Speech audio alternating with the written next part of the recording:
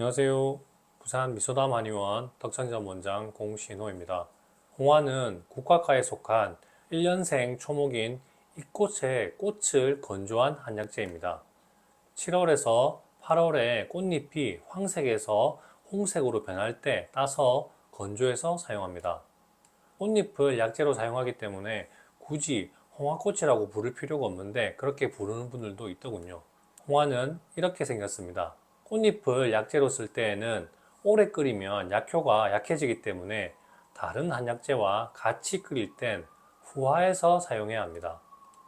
홍화를 단독으로 끓일 땐 센 불에 오래 끓이면 약효가 저하될 수 있으니 상대적으로 좀 더 짧은 시간 약한 불로 끓이는 것이 좋습니다.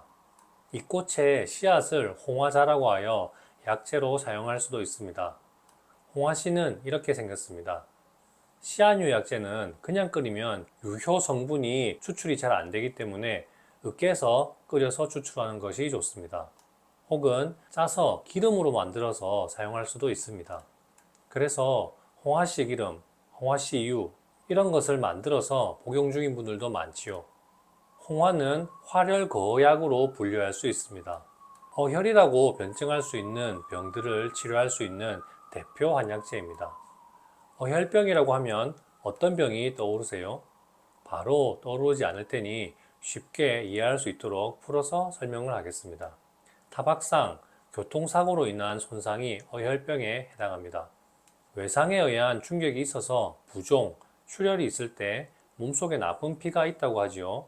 꼭 출혈이 있어야만 어혈병인 것은 아니지만 외상의 경우 어혈병에 해당할 가능성이 큽니다. 어혈을 제대로 치료하지 않으면 후유증이 남을 위험이 많습니다. 그래서 교통사고 환자분들을 치료할 때 침, 부항, 추나 등의 치료법 외에 어혈 치료 한약을 처방하는 것입니다. 골절이 있는 경우에도 어혈이라고 변증할 경우가 많습니다. 외상에 의한 것이니 어찌 보면 당연하겠지요. 골다공증처럼 뼈가 약해져서 아주 약한 외부 충격에도 골절이 생기는 경우엔 어혈이라고 진단하기보단 신어증이라고 진단할 경우가 많습니다. 그러니 홍화씨가 골절에 좋다는 속설이 항상 옳은 것은 아닙니다. 골절상 초기에 어혈이라고 변증할 수 있는 단계일 때 도움이 될 수 있습니다. 홍화씨나 홍화씨유가 여성에게 참 좋다고 알려져 있죠. 여성의 자궁, 난소에 생기는 종양성 질환, 생리불순, 생리통과 관련한 병증이 어혈병에 해당합니다. 그래서 여성에게 좋다는 속설이 생긴 것이 아닐까 생각합니다. 하지만 현실적으로 초음파 검사에서 뚜렷하게 문제 부위가 보이는 병이라면 이런 병을 치료하려고 한의원에 찾아오는 경우가 드문 편입니다. 검사를 해도 이상이 없는데 계속 생리통이 있는 경우엔 한의원에 찾아오는 분들이 있더군요. 이런 분들을 어혈병으로 진단하고 홍화 외에도 도인 같은 다른 어혈을 치료하는 한약재를 같이 활용해서 치료할 수 있습니다. 장상표화생처럼 조직 변성이 생겨서 전암성 단계에 해당하는 위장병이 있을 때에도 어혈이라고 변증합니다. 그래서 장상표화생을 치료할 때에도 홍화를 활용할 수 있습니다. 대신 만성위장병이 있는 분들은 약을 먹는 것에도 굉장히 예민하게 반응하기 때문에 속쓰림, 소화불량, 변비, 설사 이런 증상의 정도를 고려하면서 사용해야 합니다. 홍화씨 기름을 짜내는 것처럼 씨앗류 약재는 기름 성분이 많아서 복용 후에 설사를 할 수 있습니다. 또 위벽이 아주 예민한 상태인 분들은 어혈 치료 효능이 있는 한약재를 복용하고 속쓰림 증상이 악화될 수도 있습니다. 그래서 조직 변성이 있다고 바로 이런 한약 처방을 사용하는 것이 아니라 먼저 치료해야 하는 병증들이 있습니다. 이런 내용을 고려해서 치료의 순서와 세기를 결정하는 것이 한의사의 역할이겠죠.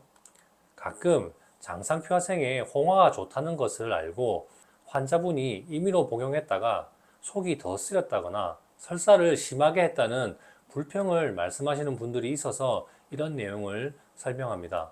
심장혈관이 좁아지고 막혀서 생기는 병증, 관상동맥이 좁아지는 병증도 어혈병으로 진단합니다.